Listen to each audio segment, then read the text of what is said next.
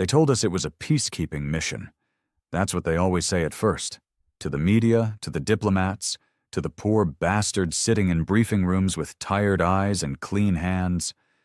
But I knew better. We all did. You don't pull us out of cryo for peace. You wake us when you need destruction. I remember the look on the Empire envoy's face when he saw us step off the transport. 4 of us. Not 40. Not a regiment. Just 4. He looked confused. Offended, maybe. Like we were an insult. "This is all you brought?" he asked the general, trying to sound diplomatic. I could smell the fear under his voice. The twitch of his eyes gave him away. The general didn't answer. He didn't need to. He just turned and walked back onto the ship. Doors closed, engines flared, gone. The Empire didn't get it yet. We weren't soldiers. Soldiers follow orders. They serve causes. They operate within rules. We had no orders, no cause. And rules? We broke those for breakfast. They call us the Burnouts. Project Black Line, Earth's final response to the galactic balance tipping. After 3 failed treaties, 2 lost colonies, and 1 genocide nobody talks about, they stopped sending politicians, stopped sending commandos. They sent us. Psychos trained from childhood in a prison disguised as a training ground. Men stripped of empathy, wired with rage, rebuilt with tech and pain and years of mental reprogramming. We weren't made to win. We were made to end things. The capital city of Kelveris was beautiful, all crystal spires and glowing airways, floating transports humming like lullabies. Too clean, too soft. We arrived just before nightfall.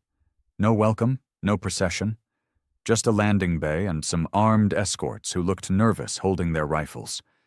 The one they called Commander Zine tried to give us the speech. You know the kind. Honor, unity, galactic cooperation, blah blah. I didn't listen. I was staring at his jaw, wondering how fast it'd break, wondering if he'd scream or just gurgle. After 5 minutes, I got bored and walked past him. He reached for my arm. I didn't even think about it. Reflex took over. 2 fingers. His wrist snapped like dry bark. He went down screaming. His men raised their weapons. Mistake! Trey laughed, a deep, rumbling sound like something crawling out of a pit. He pulled his pulse blade from his back and whispered, "Showtime." 3 seconds later, we had 6 corpses and 1 survivor with his mouth stitched shut by shrapnel. Kelveris was no longer clean. That's how the war started. Or maybe it started before that, when Earth decided enough was enough. When they built us like rabid dogs and called it patriotism. Doesn't matter. All I know is, the Empire was not ready. They thought they'd be dealing with soldiers. Instead, they got a man named Trey, who once killed an entire rebel base with a rock and a smile. They got Dren, who sleeps with his eyes open and hasn't spoken in 8 years, but somehow still leads every ambush with perfect precision. They got Varek, who stitched the names of his kills into his skin with red-hot wire. And then they got me. I don't have a name anymore. Gave it up after the cryo rebirth. Names are for people who can be mourned. I'm not one of them. We don't ask why we're sent. We don't ask who's right. We just burn everything that fights back. And a few things that don't.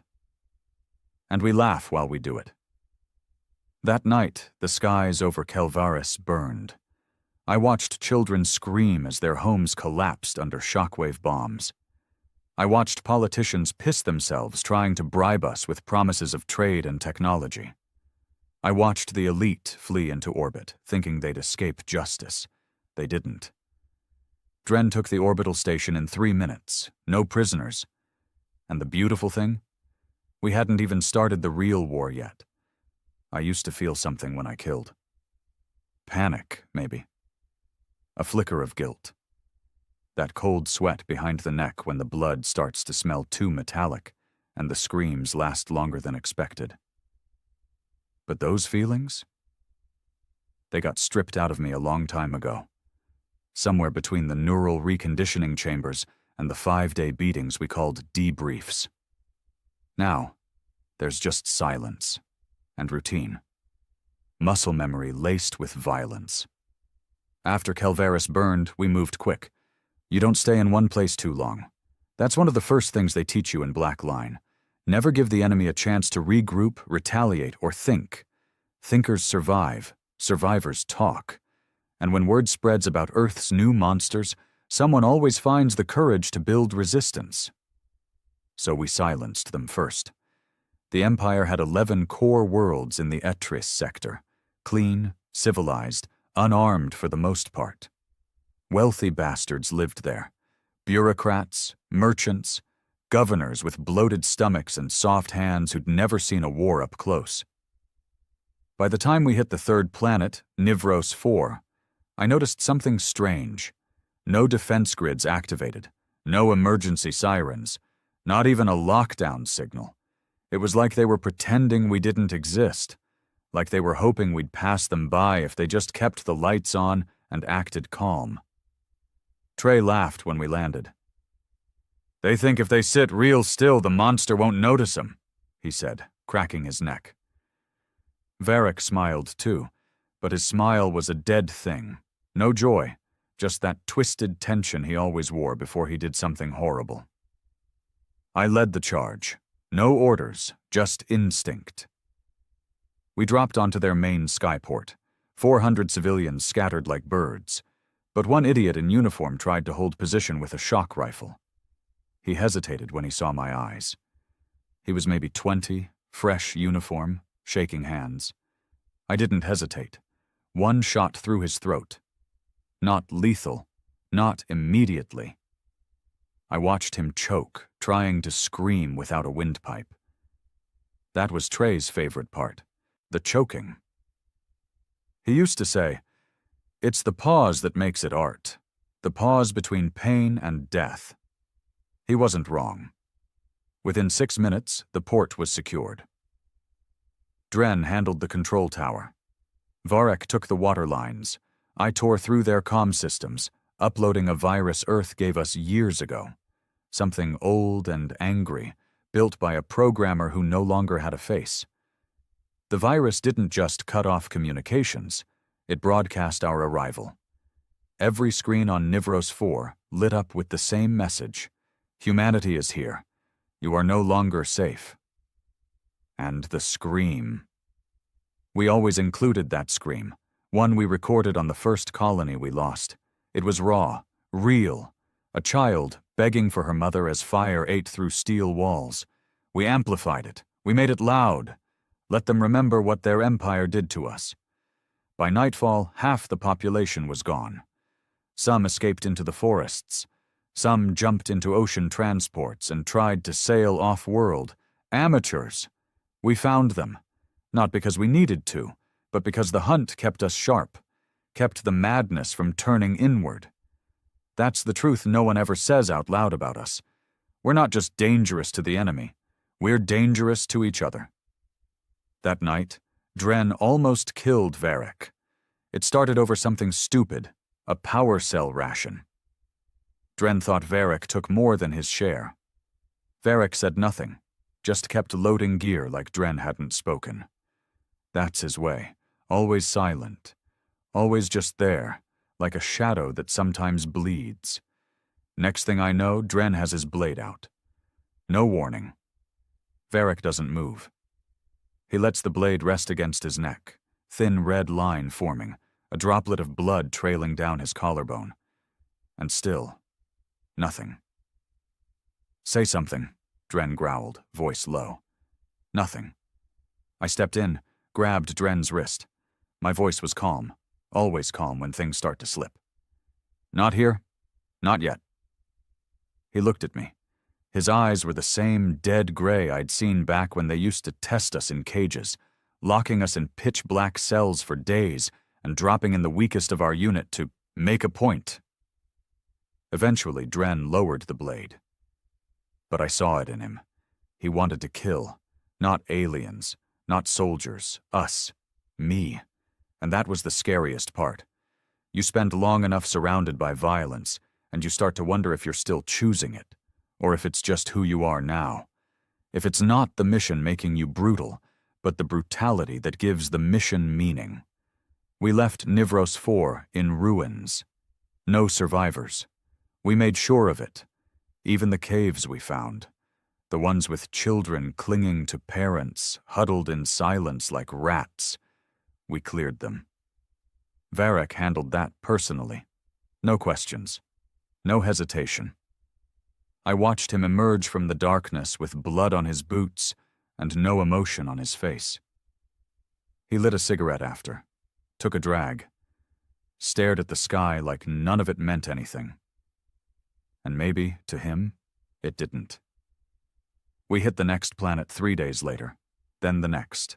Each time, fewer forces resisted. Each time, more fled. We didn't chase everyone, just the ones who ran with weapons, the ones who still believed the Empire could win. By the 7th planet, something had changed. Trey pulled me aside after we cleared the last garrison. "You smell that?" he asked, tapping his temple. I didn't smell anything at first, just burnt metal and dead bodies. "Fear," he said. "It's in the air. These bastards are finally getting it." I nodded, but I wasn't celebrating, because I'd started having dreams again. Not memories, not exactly. Visions, blood-soaked, unclear. I was standing in the ruins of a city I didn't recognize, alone, holding something heavy, not a weapon, a child, crying. My hands were stained red. I didn't know if the child was mine, or if I had just killed whoever it belonged to. I didn't tell the others. Weakness gets punished, always has. But I started taking longer to pull the trigger. Started letting certain targets run instead of finishing them. I wasn't sure if it was hesitation, or something worse. Guilt. Earth would have called it a flaw, a malfunction, something to be corrected with reconditioning and electrotherapy. But there was no Earth anymore. Not for us. Not since we went off-grid. No command, no oversight, no fail-safe. We were beyond anyone's leash. We had become our own gods, and gods, as history always shows, don't stay sane forever. By the time we reached Rathion Prime, the Empire had sent an envoy, not a military one, a priest. He stood at the city gates in ceremonial robes, alone, arms spread wide, palms open, a symbol of peace, surrender, or maybe just madness. We walked up slow. Trey had a rail pistol cocked and ready. Dren didn't even blink.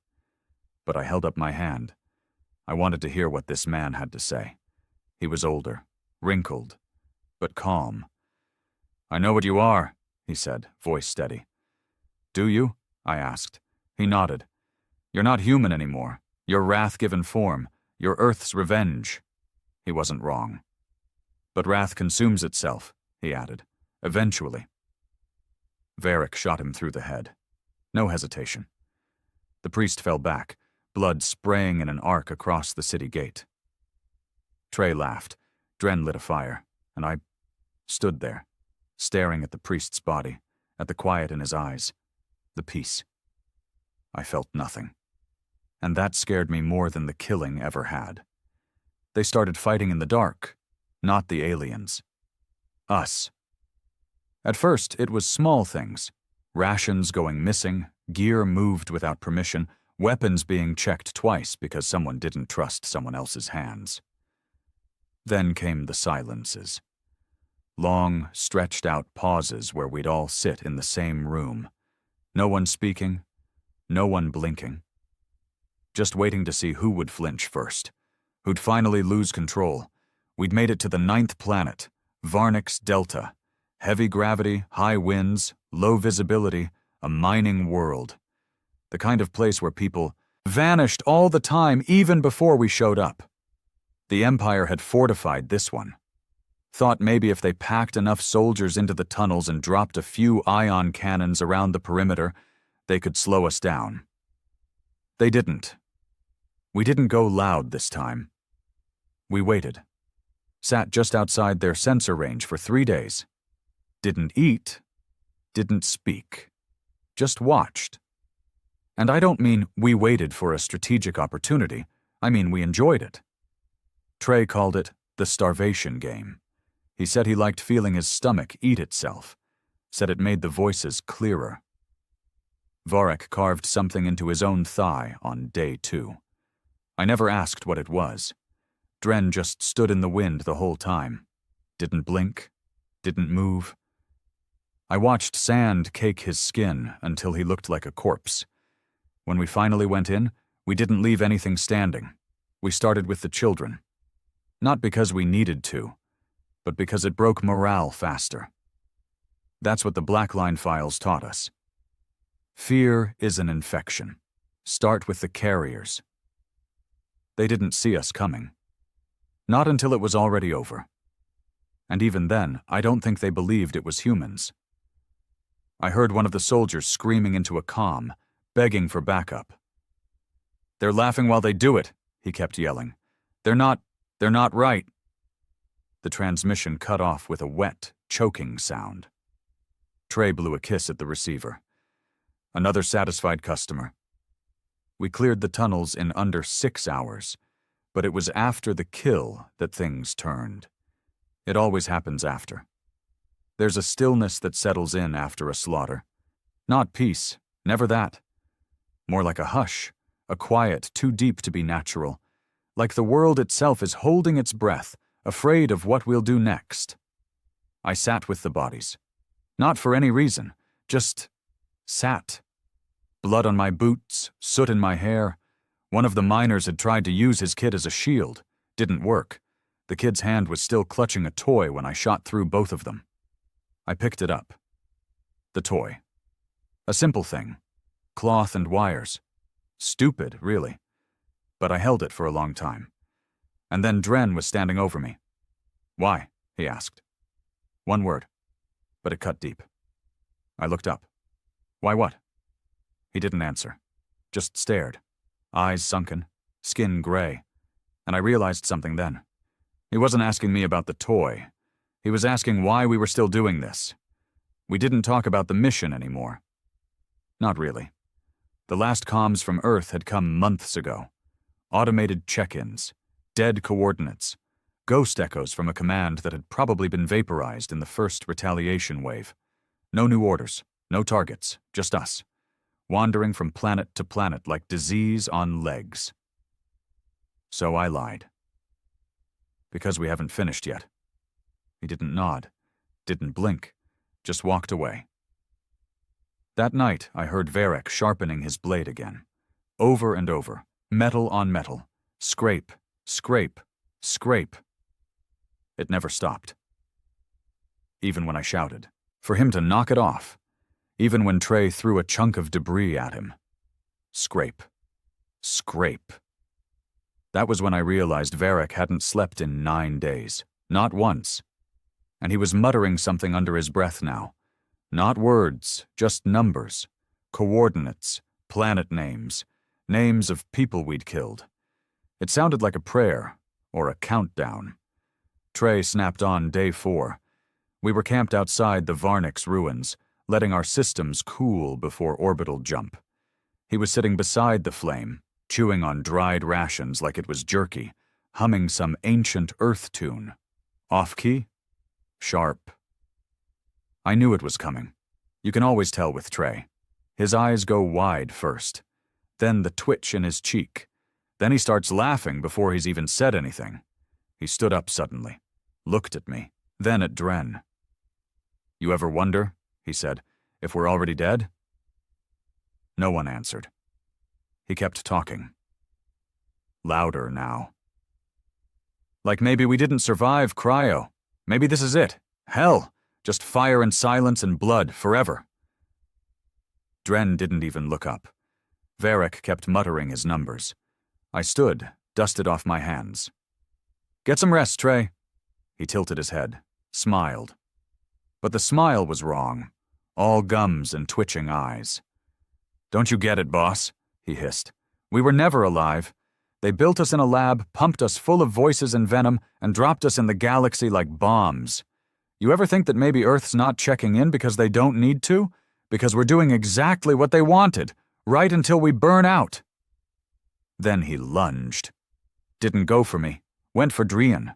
Knife in hand. Full speed charge. But Dren was already moving. Fast. Too fast. He caught Trey mid-air. One clean motion. Slammed him into the ground with enough force to crack the floor plate. Held him there.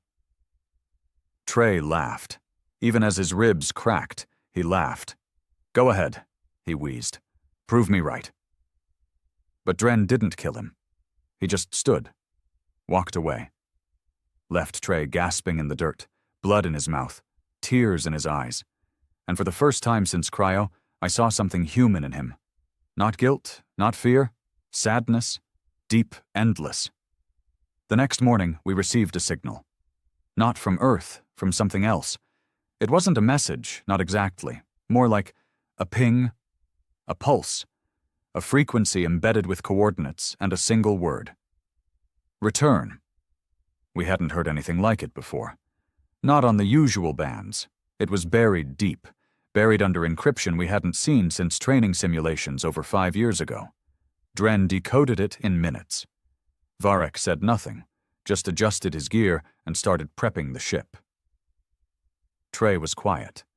Too quiet. I asked him what he thought. He didn't answer, just pulled something from his chest pocket. A picture, old, faded, a woman, 2 kids, all smiling. He stared at it for a long time, then burned it in the fire. Didn't say a word. Didn't need to. Whatever part of him had once remembered home, it was gone now. Ashes. We left Varnix, Delta in silence. No victory speeches, no trophies, just a trail of corpses behind us and a direction in front of us. The coordinates led to a system we'd never seen. Off-grid. No Empire presence, no civilian settlements, just a dead star and one orbiting station, massive, rusted, ancient. We approached slow, systems on low power, silent mode. The station lit up as we neared. No weapons, just lights and a voice, female, artificial, soothing. "Welcome back, Black Line Unit 7. Your mission is complete. Please proceed to Dock 01 for debrief and reclamation." We froze. Reclamation. That word. Not return, not debrief. Reclamation. We didn't speak for a long time. Finally, Varek said it. "They're gonna shut us down." Dren nodded once. Trey smiled, but it was hollow now. "Told you. Suicide mission from the start." I looked at the station, at the glowing blue lights, at the clean metallic edges and the blinking reclaim ports waiting to absorb us. And I made a choice. I turned the ship away, said nothing, let the coordinates fade from the screen. The others didn't argue, because deep down, we all knew the same truth. We were never going home. We weren't soldiers anymore.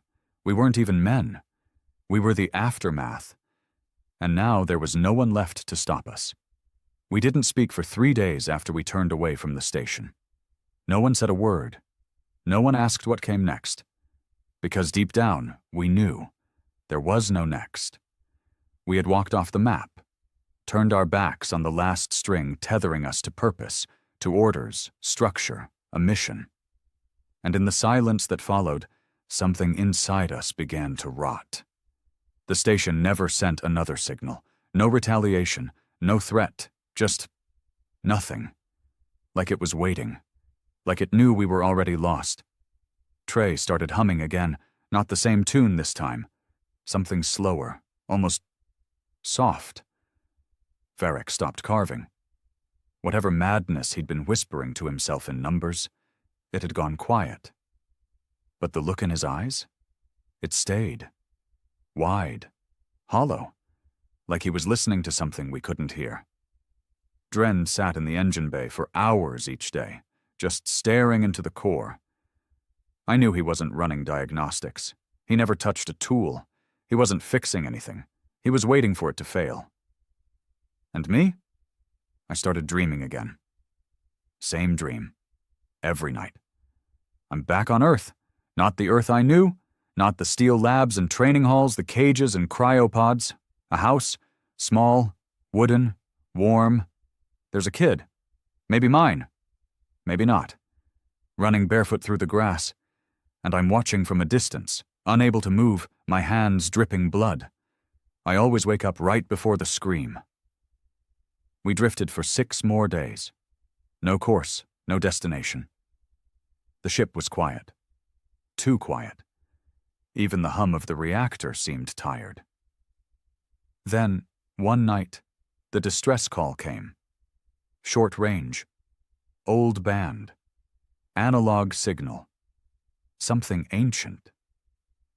We were orbiting the edge of the Etris wastes, a dead zone of debris and broken colonies from the early expansion era. Not a place anyone went anymore. But the signal was clear. A single word repeated over and over in broken transmission. Help. No coordinates, no signature. Just that word. Fragmented. Desperate. Trey wanted to ignore it. Trap, he muttered, gnawing on his nail until it bled. Always is. Dren didn't say anything. Just looked at me. Varric nodded once. I voted yes.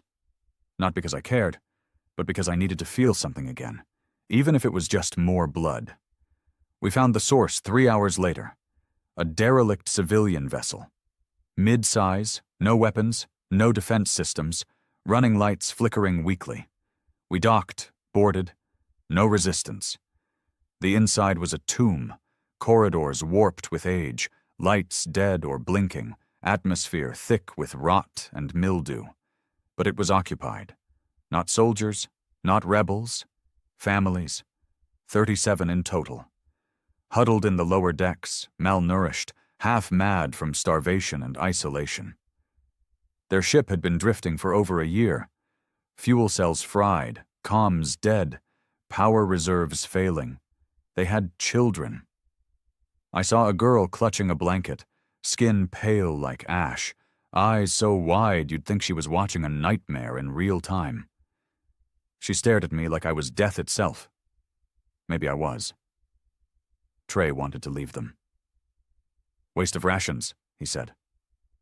Varric said nothing. Drin stepped forward and did something none of us expected. He gave the girl his water pouch. No expression, no words, just handed it over. The girl didn't move. Her mother took it for her, eyes cautious like it might explode. And in that moment, I felt it again. The pause. That quiet right before something breaks. We should have left. I told myself that later, over and over. But we didn't. We stayed, repaired their reactor, fixed the nav systems, shared supplies. Not because it was right, because we didn't know what else to do. It was the first time in years that we weren't killing something. And it felt wrong. The leader of the civilians was a man named Thorne. Mid-40s, hardened face, civilian-born but ex-freight pilot, judging by the way he moved around the ship. He didn't trust us, not really, not after seeing what we were. But he didn't ask questions either. Didn't ask about the bloodstains on our armor. The weapons, too, advanced for frontier hands. The way Varric never blinked. I think he knew. They all did. One night, he asked me directly. Are you from Earth? I didn't answer. He laughed, bitter. Figures. You've got that look. I asked what look. The kind that says you've already seen the end of the world. I didn't sleep that night. Trey snapped on the 3rd day. I should have seen it coming. We all should have. He'd been quiet. Too quiet. The kind of silence that buzzes in the air before lightning hits. He found one of the kids alone in the hallway. A boy. No older than 7. Wandering. Curious. Trey knelt down. Smiled. And asked, You ever seen a man bleed from the eyes? The kid screamed. By the time I got there, Trey had his knife out, not at the kid's throat, at his own. He looked up at me, eyes red-rimmed and full of something between madness and joy. I remember now, he whispered, what they did to us, The cages, the drills, the sound of screaming through the vents. I didn't speak. "I think we died there," he said, "and now we're just echoes." I lowered my weapon, took a step toward him. "Trey, put it down." He smiled wider and slit his own throat. Blood sprayed against the wall. The kid screamed again. Trey fell backward, gasping, laughing even as his body convulsed. And then he was still. Just like that. Gone. No rage, no fire. Just silence. Varek burned the body. Didn't say a word. Dren stood at the airlock for hours. Didn't blink. We left the civilians 2 days later, got them running again, gave them coordinates for a nearby trade hub still under neutral control. Thorne didn't say goodbye. Didn't thank us, just nodded once. That was enough. I watched their ship drift into the black. A part of me wanted to follow. But that part was small now, barely alive. Back on our ship, things shifted. The silence changed. It wasn't heavy anymore. It was hungry. Drin started writing again. Not numbers this time. Words. He covered an entire wall in the lower deck with them, carved them into the metal with his blade. I never read them. Didn't need to. Varek stopped eating. He just sat in the same spot every day watching the stars. I think he was looking for something. A sign, a way out, a target. And me? I started talking to myself. Out loud, full conversations. Sometimes I'd pretend it was Trey answering back, or the kid from the derelict, or Earth. Didn't matter. The voices were better than the silence. Because in that silence, something was growing. Something I didn't have a name for. Not guilt, not madness. Worse, hope. And that was the most dangerous thing of all. It started with the signal. Short burst, tight band, encryption we hadn't seen before. Not Earth, not Empire. Something new.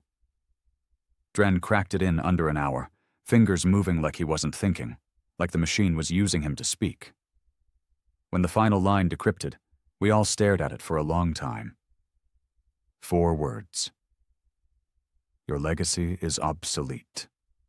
No name, no signature, just those words. The silence that followed was heavier than any battlefield. Varek lit a smoke with hands that didn't shake. Not because he was calm, but because nothing scared him anymore. Not even what he couldn't understand. What does it mean? I asked. Dren looked up, slow. His eyes were darker than usual. They're copying us, he said. They found us 3 days later. We were orbiting the ruins of a husk moon in the Terral Expanse. Used to be a trade colony, back before the radiation storms cracked it in half. Just rocks and broken hulls now. We docked for parts. Didn't expect company. But company came. They didn't show up on scanners. No power signature, no thermal trail. Just a pulse. A wave of silence that killed our comms and slammed the ship's systems into reboot. Then we saw them. 6 ships. Sleek. Black. Not Empire design. They didn't broadcast demands. They didn't send a warning. They just dropped. 6 bodies hit the surface like meteors. At first glance, they looked human. 2 meters tall. Armored. Heavy builds. Perfect posture. Too perfect. But it was the way they moved. Too still. Too in sync, that told me what I needed to know. They weren't alive. Not in any way that mattered. Dren watched the footage with a clenched jaw. They're using blackline tech, he muttered. Modified. Trey would have laughed if he was still alive. Varek stood behind me.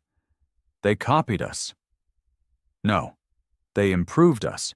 We engaged on the 3rd hour. We waited for them to make the first move. Old instinct, but they didn't. They stood outside our ship, still as statues, until we opened the doors. Then they moved like lightning. Dren fired first, a plasma burst straight to the nearest target. The thing didn't flinch, took the hit, kept moving. No sound, no pain, no hesitation. I've fought Empire elites, fought rebel ghosts, even hunted apex predators on vacuum planets that can crush steel.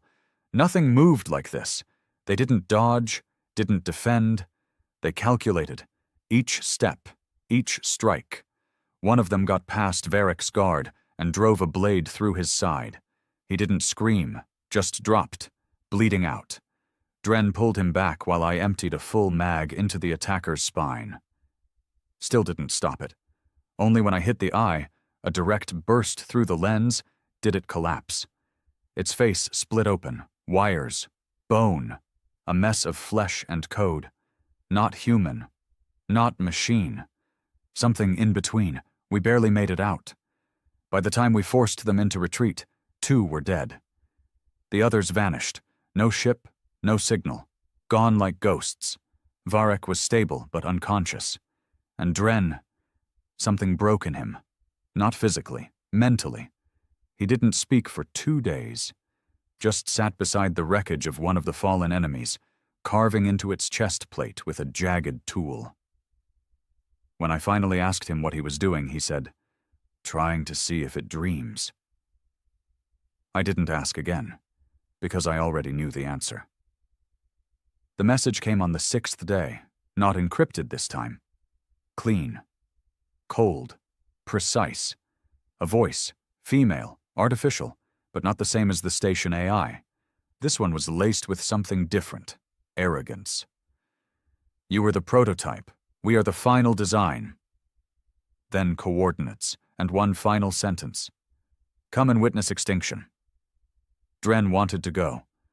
Varric, still recovering, didn't argue. And me? I didn't have a reason not to, because the truth was, they were right. We were the ghosts of a war nobody cared about anymore. Earth was gone. The Empire fractured, civilians, scattered to colonies and trade routes, trying to survive in the shadow of monsters they'd barely begun to understand.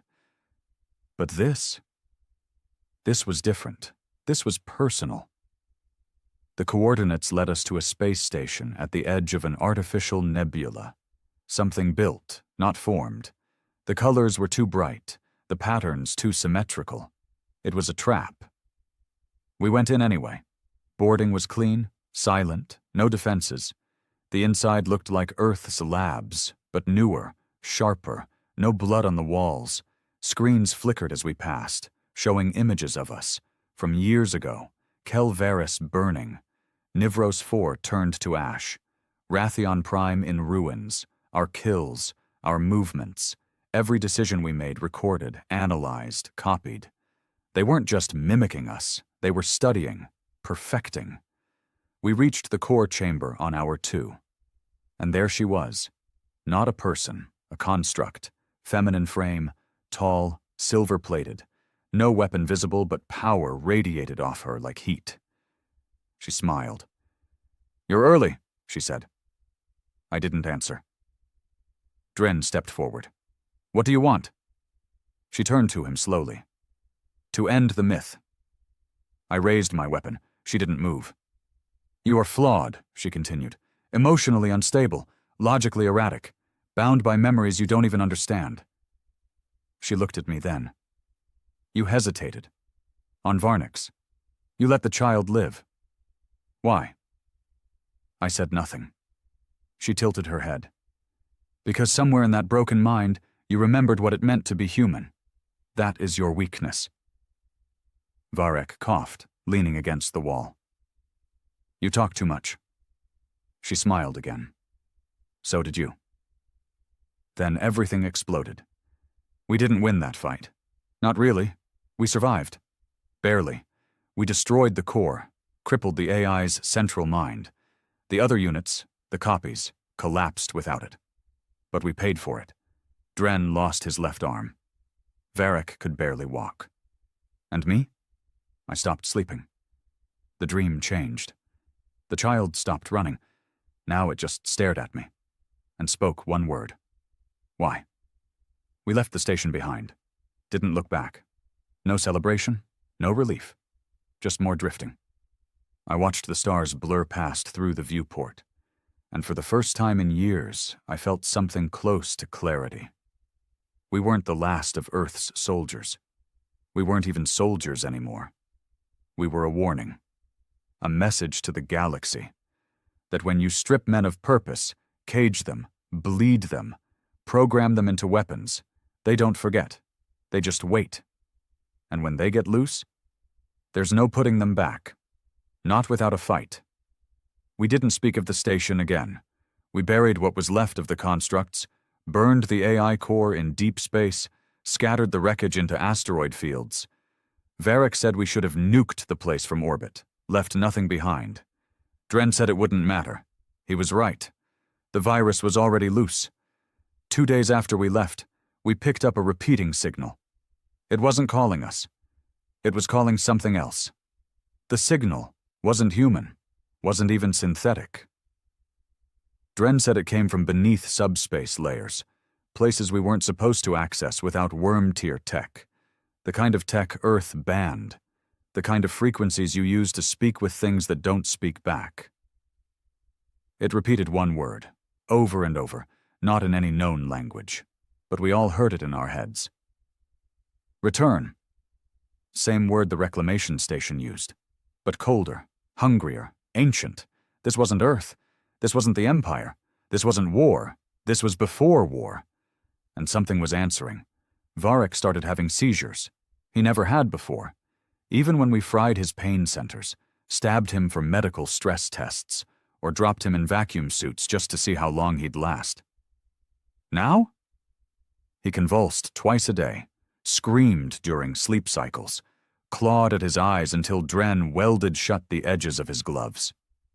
I caught him once, whispering, not words, coordinates, over and over, same set, same rhythm. I checked them. They didn't match any known charted system, just a blank sector far off in the edge fields, where even smugglers didn't bother to go. Dead space, no trade lanes, no star activity. Just black. We went anyway, because by then there wasn't anywhere else to go. It took us 8 days. 8 days of silence, rations, and Varric bleeding from the nose every 3rd hour.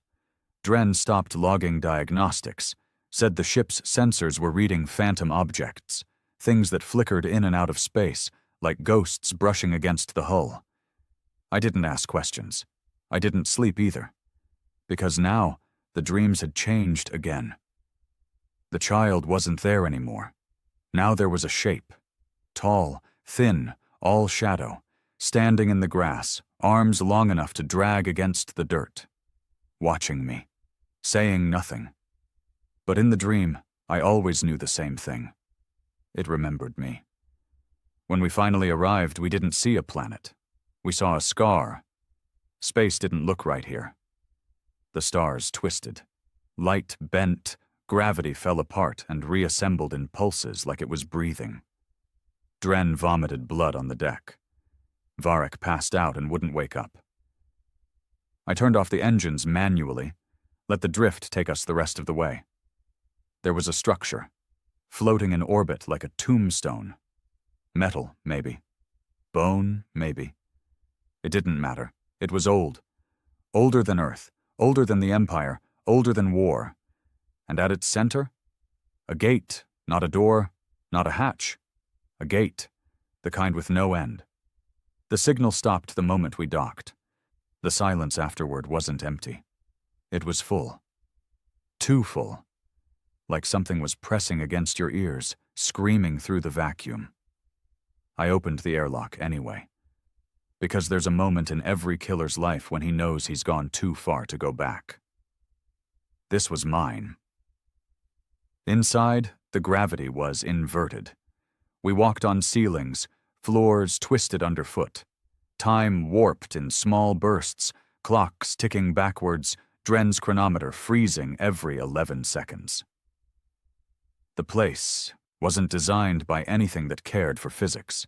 The walls pulsed, the halls groaned, and everywhere we went we saw images, not drawings, not memories, projections, us, Kelvaris, Nivros, Rathion Prime, even the derelict freighter with the civilians, every sin, every scream, every kill, played back on walls made of something like flesh. Dren dropped to his knees by the time we reached the center, whispering, "It knows, it knows, it knows." I didn't ask who. I didn't want the answer. We reached the chamber after what felt like hours or seconds. Time meant nothing here. The gate stood in the middle, tall, spiraling, with runes cut into its edges that glowed in pulses matching our heartbeats. Varric finally stirred, sat up, eyes wide. "It wants us," he whispered. "It's been watching, since the first kill." I looked at him. "What is it?" He smiled. That broken smile he used to make back when he still felt joy. "God." That's when the voice came. Not like before.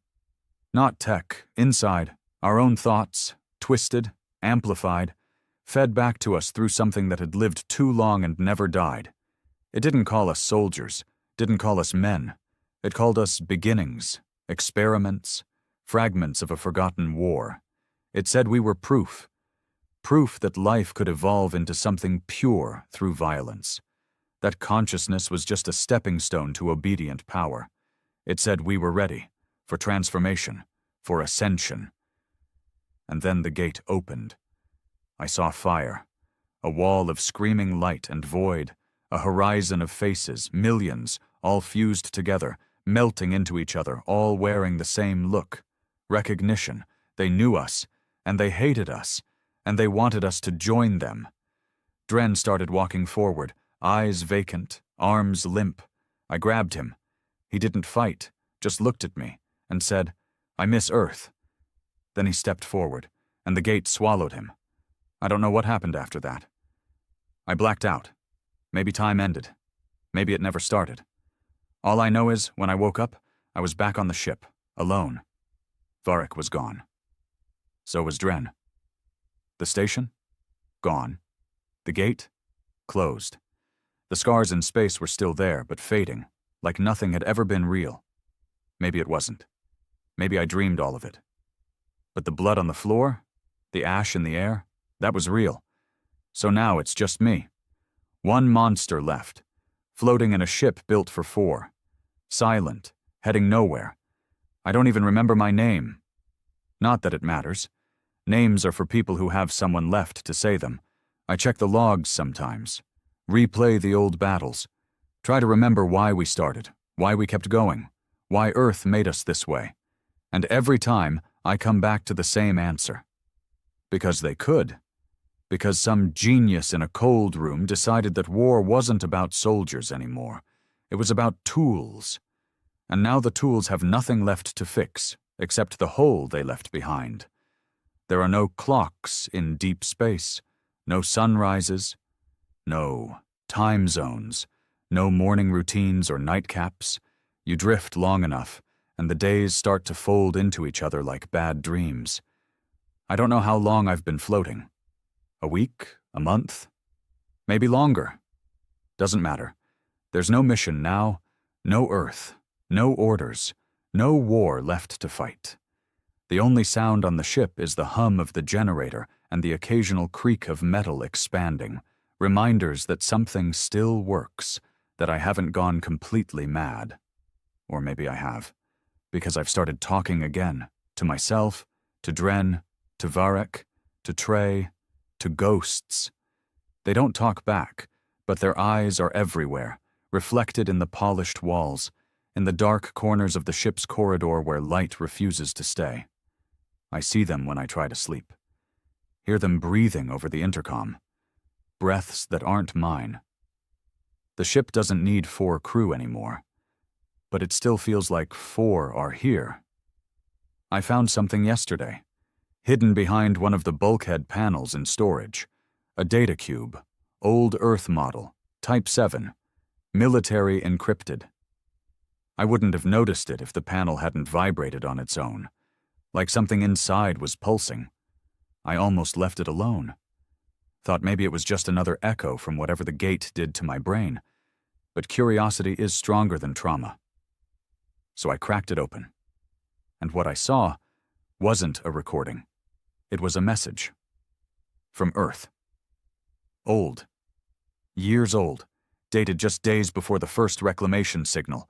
Voice only. Male. Tight tone. Commanding. One I'd never heard before. This is Directive 01 of the Black Line Contingency Protocol. If you're hearing this, then the primary AI has failed. The prototypes have deviated from core objective parameters. Earth Command is likely compromised or extinct. Your existence is a breach. Termination protocol was not authorized. You are not an accident. You are the key. The gate must be destroyed. Then static. No instructions, no coordinates, no follow-up, just that. You are the key. I played it again. And again. Every time I expected to hear something new, some hidden phrase in the white noise, some deeper meaning in the silence. But it never changed. The message burned itself into my skull, like a forgotten memory rising through a chemical haze. I wasn't made to end wars. I was made to end the thing that started them. The gate, the ancient machine, the voice behind it, whatever the hell it was, that consciousness pulsing through time and space, twisting men into monsters and feeding off the aftermath. Dren knew it. Varek felt it. Trey? He laughed his way into the void because he couldn't handle what it showed him. And me? I turned away, let them fall in, let them disappear, told myself it wasn't my job anymore. But it was. It always was. I rerouted the nav systems, set course back to the same dead sector where we found the gate. I didn't expect it to be there, but it was. Somehow it always is. Wider now, hungrier. And this time it opened on its own. I stood in the cargo bay for hours, staring out at that spiraling black hole of light and shadow. It didn't speak like before, didn't whisper, didn't threaten. It invited, like a mouth, smiling, like a wound, gaping. And I knew, whatever it showed Dren, whatever it offered Varek, it was offering me something different, something worse. Answers, the kind that kill you slowly, the kind that don't stop echoing once you hear them. I prepped the ship's reactor, rewired the failsafe into the thrusters, loaded what was left of our fusion core into the drop pod, and set a timed detonation. One way in, no way out. The old me, the one trained in black line protocols, the one who followed orders and buried guilt under mission logs, would have called this a strategic final assault. But this wasn't strategy.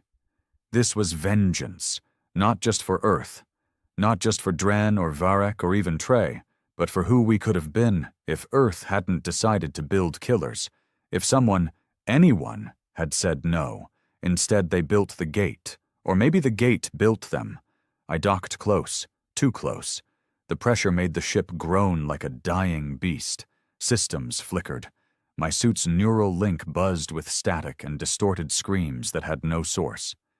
Still, I stepped through. The gate didn't fight me, didn't resist. It wanted me back, like I was always meant to return. Inside, it had changed. Before, the chamber had been flesh and echo, memory and illusion. Now it was alive. Veins pumped across the walls, pulsing in rhythm with my heartbeat.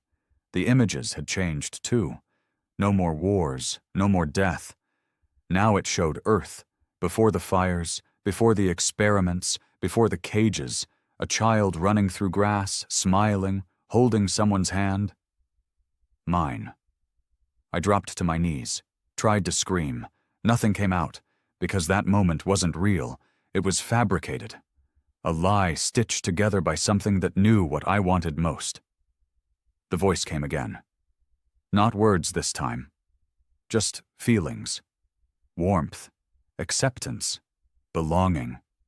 The kind of love I'd never known, never been allowed to know. And then, beneath it all, the same old whisper. Join. I almost did. I won't lie. I almost stepped into the light, but I remembered Dren. The look in his eyes before he walked into oblivion. Not peace, regret. He didn't want freedom, he wanted release. And Varek? He hadn't fought because he didn't think he could win. And maybe he was right. But that doesn't matter, because I didn't come to win either. I came to end it. I activated the pod. Timed detonation, 60 seconds. Placed it at the gate's core, whatever heartbeat inside this living machine, whatever consciousness guided it. It pulsed in reaction, shrieked, a wall of sound and memory and guilt. It showed me every person I killed, every child I didn't save, every moment I hesitated. And still I stood. Because I wasn't a soldier anymore. I wasn't a prototype. I wasn't a weapon. I was what came after. I turned, walked back through the hall of screaming light, climbed aboard the ship, hit launch, and watched the timer count down from orbit. 60, 59, 58. The gate began to close. It knew. Too late. It had called me back thinking I was still a tool, still something it could use. But I wasn't. Not anymore. I was the key, and keys don't just open things. They lock them shut. The explosion was absolute. No light, no shockwave, just silence. The kind you only hear when something old dies, when something that was never supposed to exist gets erased. And just like that, the gate was gone. No trace, no scar, just empty stars and quiet space. It's been a week since, maybe longer. I'm drifting again. But the silence, it's different. Clean. I don't hear voices anymore. Don't see Trey in the mirror. Don't hear Dren's breath in the vents. For the first time in years, the ship feels like it's only carrying one soul. Mine. I still don't know if Earth is alive, or if the Empire cares. Doesn't matter. They'll never build another gate, because the only man who knew how to destroy one, he's floating here, alone, waiting for the silence to finally take him. The silence didn't kill me, not in the way I thought it would. I expected it to eat me alive, drive me mad, strip away the last scraps of humanity I had clung to over the years. But no, silence is honest. It doesn't lie, doesn't scream, doesn't beg. It just is. It lets you hear things you've spent years trying to bury. The sound of your own breath, the weight of every step you take, the echoes of people you can't ever talk to again. I've drifted through more star systems than I can count now.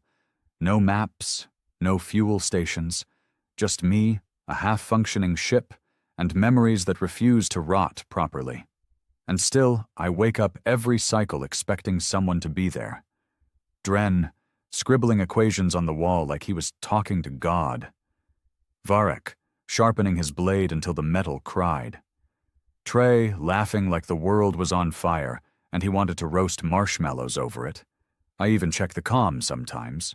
Still silent. Still empty. I tell myself I prefer it that way. But I still check. I pass by dead worlds sometimes. Ruined colonies, half-burned satellites, derelicts left to spin in gravity wells like bones in space. Sometimes I land, not to scavenge. I have enough rations to last another few months. Water recycled, protein paste still sealed in crates labeled Property of Earth Command, like that still means anything. I land because I need to see, need to know we left something behind besides fire. There's one world I keep circling back to. No name, just a rock with wind and dust and one broken watchtower. Inside it, there's a wall with carvings. Small ones. By hand. Delicate. One of them is a face. Drawn in rough lines. Big eyes. Smiling. A child. Maybe the same one from my dreams. Maybe not. But I sit there sometimes. For hours. Watching the wind erase the lines a little more each visit. I don't stop it. Some things deserve to fade. I started recording logs again, not for anyone else, just for me. Like maybe if I speak it all out loud, it'll start to make sense. It doesn't. But I do it anyway. Log 553. I miss noise, real noise. Not war, not screams, not gunfire, just city noise, traffic, radios, a bad song playing from a food stall. Hell, even politics. I miss Trey's dumb jokes. I miss Dren's quiet. I miss Varek's silence. I miss who I was before they turned us into this. If there ever was a before. The human body isn't built for deep space isolation. Neural loops start to burn themselves into muscle memory. You eat the same, sleep the same, think the same thoughts until they rot into something unrecognizable. I started hearing things again last week.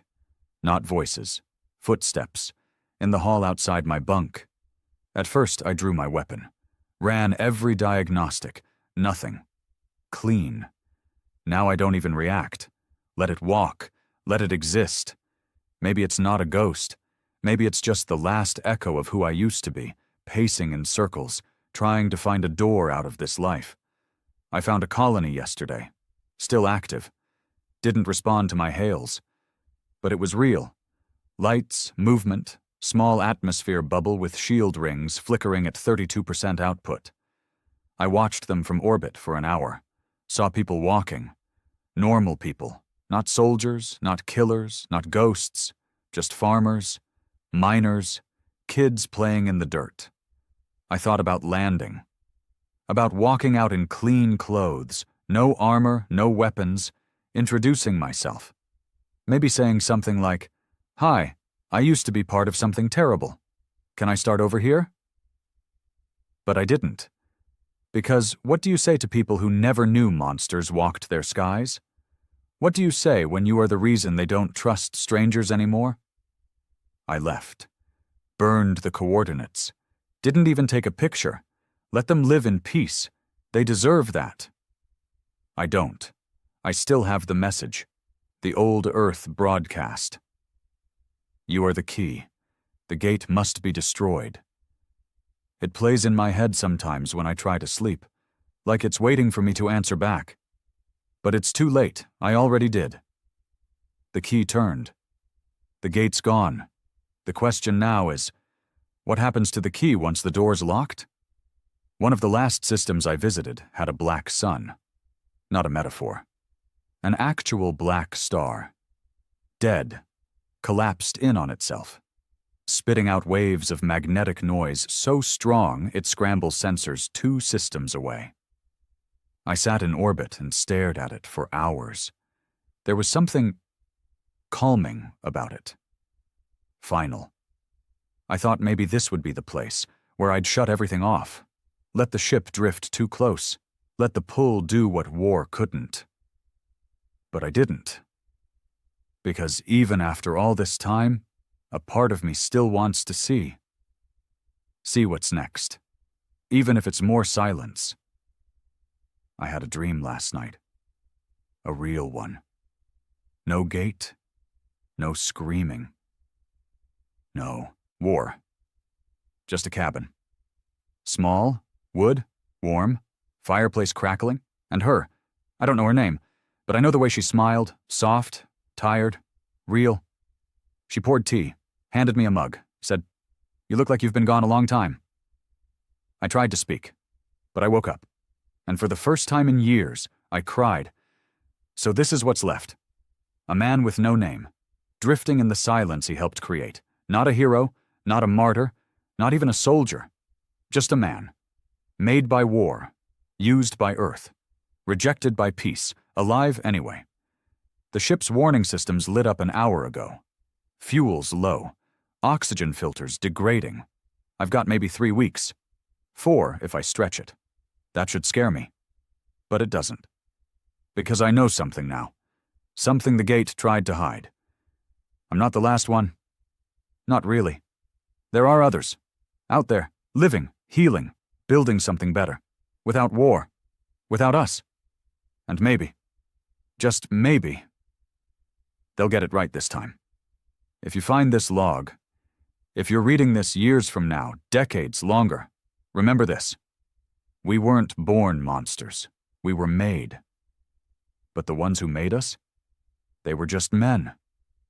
Flawed. Afraid. Trying to protect something they didn't understand. That's all war ever is. People building cages out of fear and calling it strategy.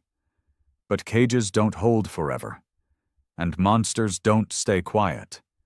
So don't make more of us. Don't train boys to forget their names.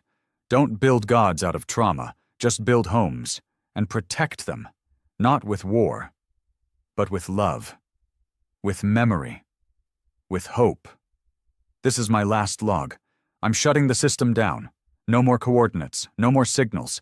If someone finds this ship, let it rust. Let it be a relic. Let it remind you of how close we came to the end, and how one man chose to float instead of burn. Because sometimes, survival is the loudest kind of rebellion. Goodbye. End of transmission.